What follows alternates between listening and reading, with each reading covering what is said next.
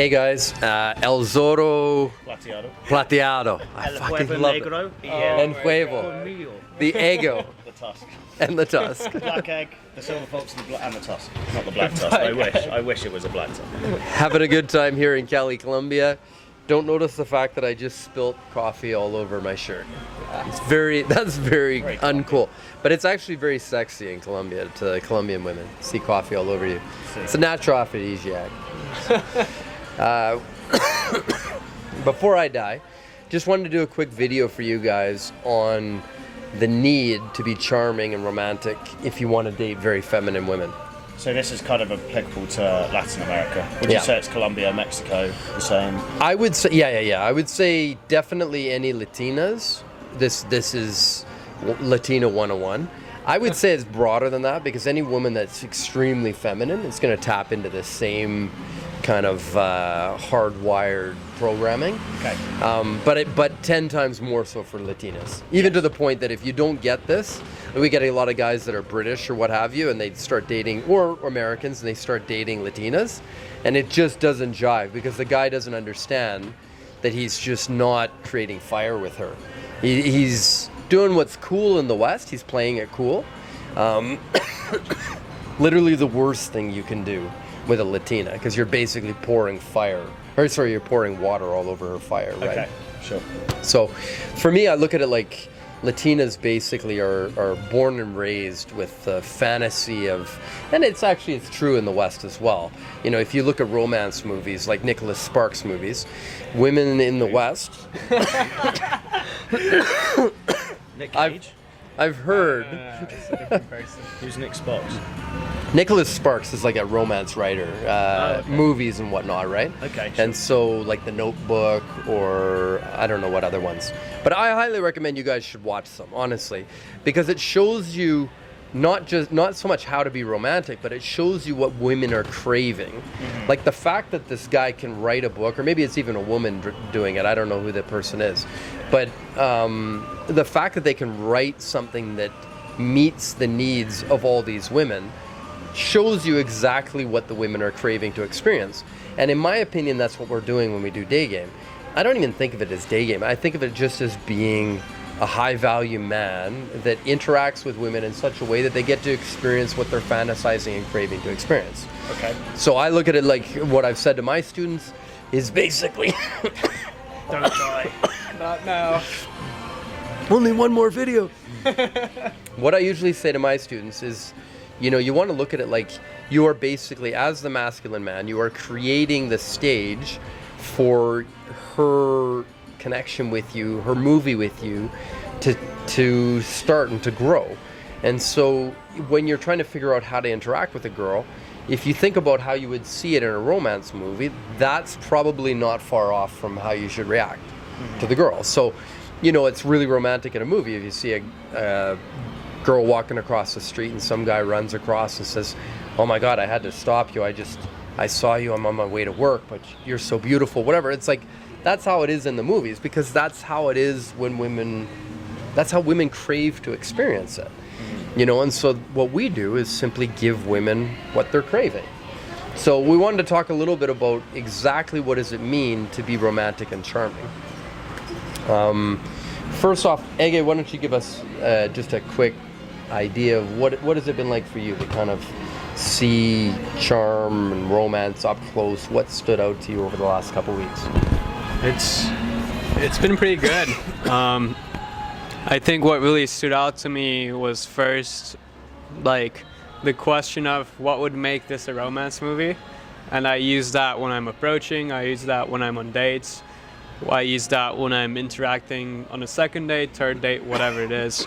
And I actually lived through a romance movie when I was here in Colombia, and that really helped for me to solidify the idea of understanding how that affects how women react. Like the stuff you talked about, you know, always be between the street and her, all those small things add up, where one thing that really stood out that you said is, for a woman, her feelings are her reality.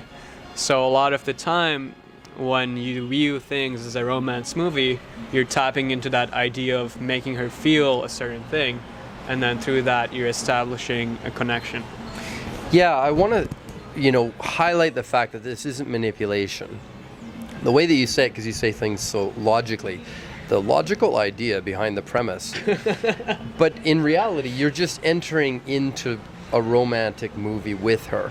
The fact that I'm writing the script as we go, not the script of what I'm saying, but like the story that me and her are taking part in together. The fact that I have control over that because I pick the venue that we go to and I choose how I walk with her on the street and everything.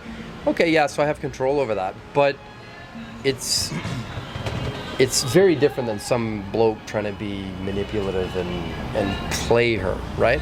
You're not. You're being romantic with her. Yeah. But a couple things that you guys need to know about women or about femininity. I'm 44, right? I'm going to be 44 in a month. And I typically date women that are about half my age, give or take. And not really by choice. I just approach whoever I find attractive, and that tends to be who I find attractive. And usually in countries like, say, Colombia, where you're basically interacting with a woman half your size, probably half your age, in a country where things like rape and abuse are not really punished. So she has every reason to be afraid of men walking around because she has to keep herself safe. And so when you're talking about being romantic, you're talking about communicating to her that she is safe with you, and that that you value her feeling and you value her being safe. And so all the little things that you do will communicate that. So one thing is open doors all the time for women. And the proper way to open a door. You don't walk up to the door, like if you're walking up to a door, even if you don't know the woman and she's just a little bit over your shoulder and you're going into the shopping center, you don't open the door in such a way that trying to think how to explain. You don't want to be kind of opening the door like that so that she walks behind you. You open the door like this so that she walks like right in front of you, and you interact with her, whether you're on a date with her or whether she's a stranger. You open the door for her and she goes through that way, right? These things communicate that you're high society. In Latin American culture, they're very comfortable with there being lots of different social levels. I think in Mexico there's like 12 different social levels or something. Yeah, demographically. And so people are really aware of where you fall on the social hierarchy by your accent, how you're dressed, how you walk, where you went to school, what your family name is, the car you drive, everything. And so the way that you interact with people is a really big way of communicating to her where you fall on that social ladder, right? And she doesn't care whether you're a foreigner or not. She just sees it as either he's high society or he's not. Yeah, you know how to be a man or you don't. So what are some other behaviours that you'd recommend guys to do who are coming to Colombia and Mexico and want to kind of make sure they're kind of falling on that side of the line? So there's door opening for taxis as well, obviously. Yep. Anything else? Everything you can do to make her feel taken care of. Okay. Not in a provider taking care of her with money way. Safe, protected. Safe, protected. So walking the side of the street. Yeah, if you're walking down the street, you always walk between her and the threat. And historically, that's because a car could veer off and you'd be like protecting her. Now that's not going to happen these days, but it's still kind of ingrained in the culture. Some of the driving around here. Yeah, true. Yeah, in Colombia maybe. And when you're walking, you've got your arm around her or whatever, and you see there's a hole in front of her and she's walking in heels and whatever, point it out. So in Spanish, cuidado. But you're basically saying, watch your step. But not like it's a big deal. You're just kind of walking along and, oh, watch your step, and you just carry on. But it's constantly conveying to her that you're looking for things that could harm her and you're actively trying to protect her, right? And how does the paying for women fit into this? Because there's all the time you pay. Guys, but there's a lot of guys probably worried that they might fall into that provider role where they start getting milk for cash because my sister needs to borrow something or other. So yep. What's the line there between paying and not becoming that kind of provider guy? It's an excellent question. I mean, I think you kind of get more aware of how to read it and how to react to it in the moment, because a lot of those things are really just shit tests. She's trying to determine how beta you are and how far she can get away, right? And she'll show up for a date with a friend, and or two friends or something, right? But it's a no-brainer. I agree with you. Drinks, dinner, all that stuff. Accommodations, you're saying, you're covering that. You're not Jose. You're not. Yes.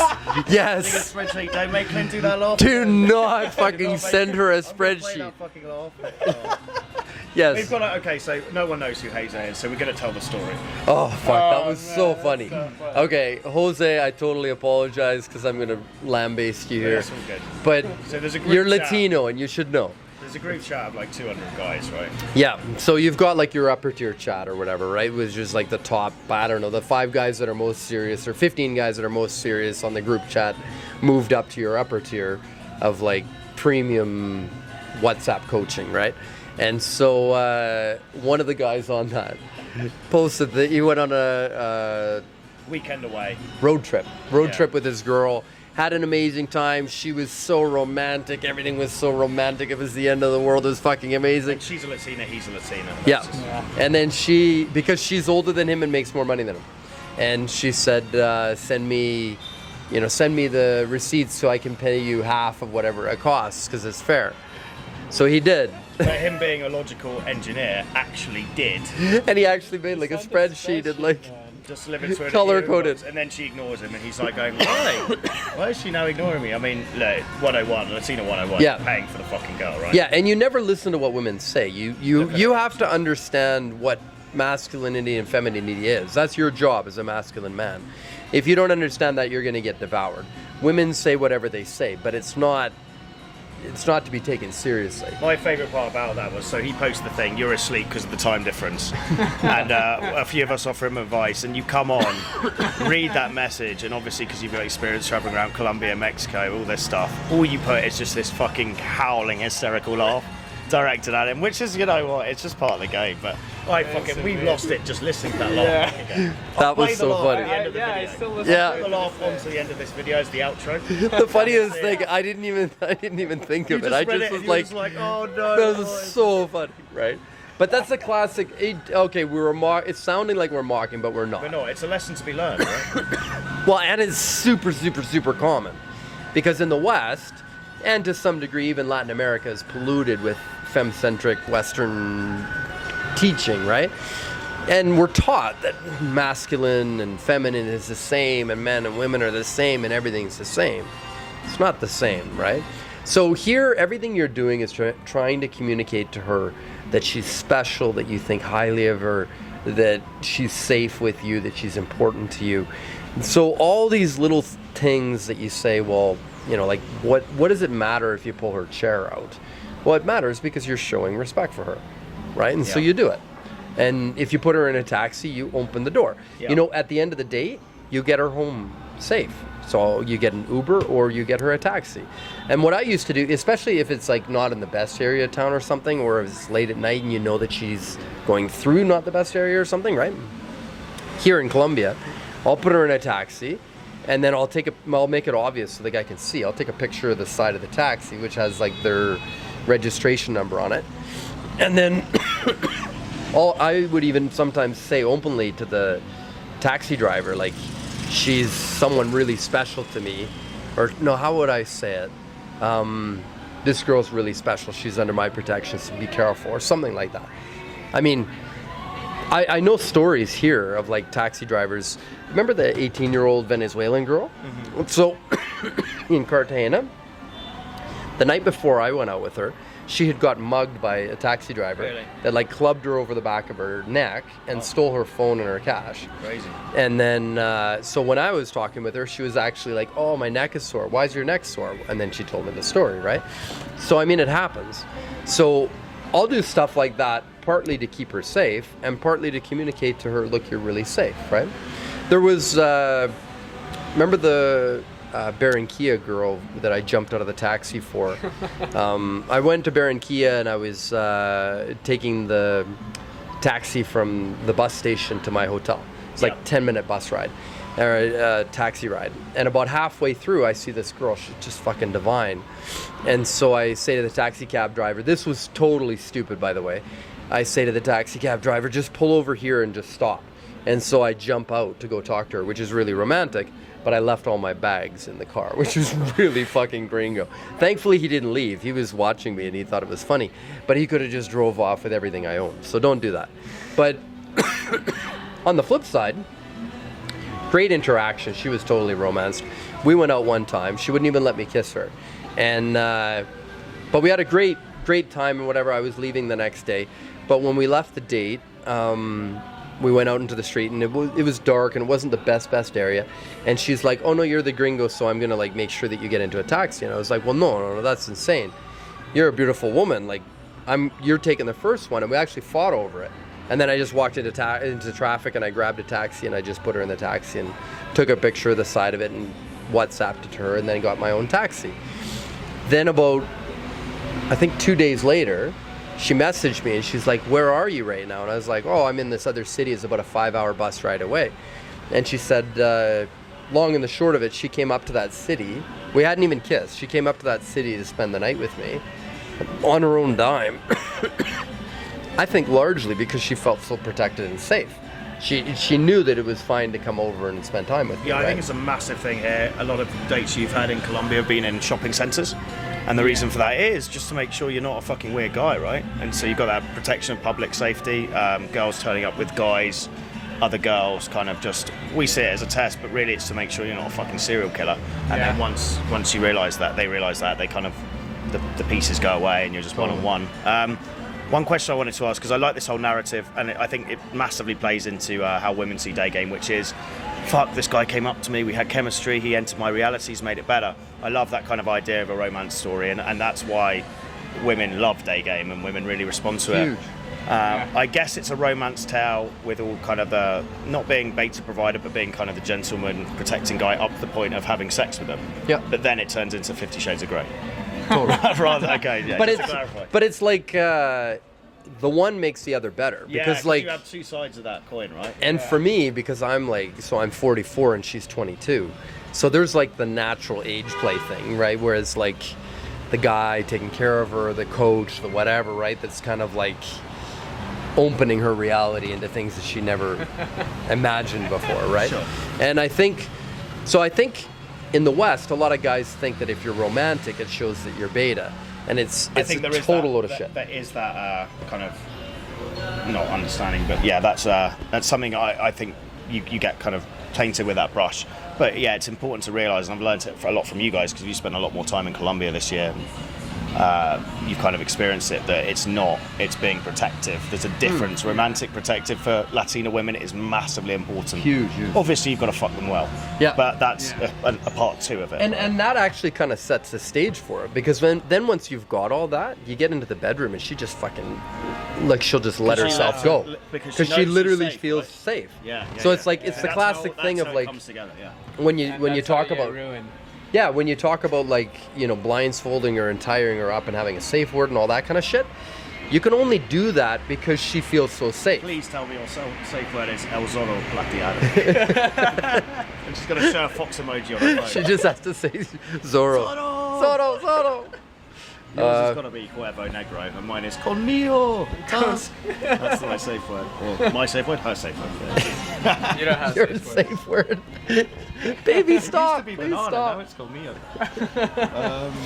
So I'm trying to think. What else can I tell you about other little behaviours that things? you can plant into the day game or the date that guys can applicably use and it's applicable. So opening doors, opening taxis, calling taxis, leading her the other side of the traffic. Is there anything else we can think of? Pulling her chair out, always paying for everything, but you get to pick where you go. Like, I'll do very cheap dates. Yeah, you lead the whole thing, right? That's another thing you were talking about, how you can make sure that you don't present yourself as a sugar daddy kind of thing. Sure. Especially if you're an older guy dating 20-year-old girls. That'll come up, is something you'll come up against a lot. I'm very intentional to not spend money on her until we're at a certain point. Like, we've slept together a few times. Okay. So, we'll go out for a date for coffee.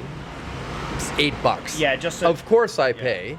In Colombia it's probably $5. Of course I pay, because I pay for everything.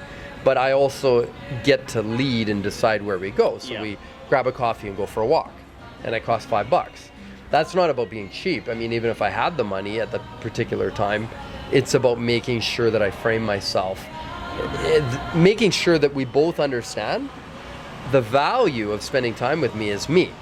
It's not the venue that we're sitting in. It's not the amazing experience at the opera or at the private island or whatever, right? I will do those romantic type dates, but I'll do them down the road after we slept together a few times. I know I really like her. I think she is actually quite a special, amazing woman. And then I'm kind of a lot more free. And it's that whole thing of under promise, over deliver. If you have a couple of amazing dates, but they're in very cheap settings, like you go for a beer, but it's just a shitty rundown bar, and you show her an amazing time, she really values your company. And then so you want to, if it's her birthday, you want to do something super special, like take her to the opera. It's massively like appreciated. Huge. So don't lead with your fucking wallet. It's the same in Russia. It's the same anywhere in the world. Don't lead with your wallet, because that's what you're going to get in return. Yeah. Right. It's literally the worst thing you can do, and it sets you in a terrible frame for sex. Especially if you're a rich guy, it's massively important for you to learn not to use your money. Like, we're with a client now, and he's a really good guy, but on his Tinder profile here, which we've kind of tried to build for him, the first thing he's put is a banker. I mean, in Colombia, you're swiping through and you lead with, I'm an American guy, I'm a banker.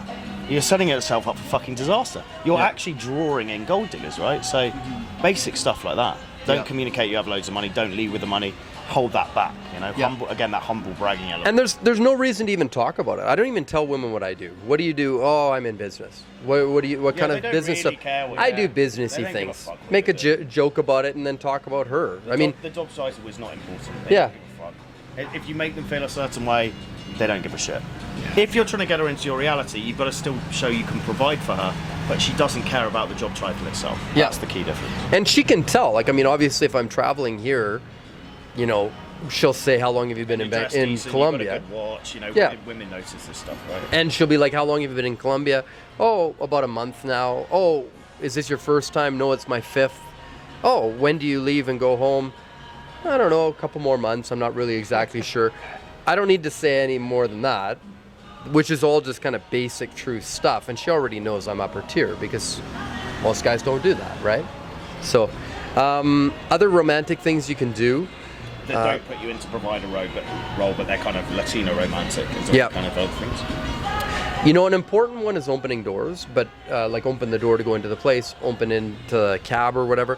But if you're actually in your own car, you know, actually get out and open her door. So like, this is what it looks like. You're driving, you're going to drop her off at home.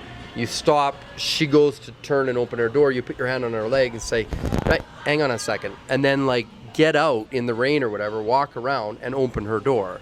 And she gets out, and then you say goodnight or whatever and close the door and come back into your thing. Hold the umbrella. Yeah. Basic kind of 50s movie stuff. Yeah, totally. But the reason largely is that you communicate that way, that you know how to take care of a woman. And then you can follow it up in the bedroom. And the point is, in Latina society, the difference between a guy who gets it and kind of an educated, decent guy is that kind of high society, these behaviours, because the lower value men, they don't do that. Yeah. And the women understand that. Because they weren't socialized properly. Yeah, they weren't socialised properly. And so you're literally communicating to her. You're showing that you're high society or upper tier, like we say, right? You're showing her, hey, I'm upper tier, I'm in the top 5% of the dating pool. I've been with women, so I understand how to be with women.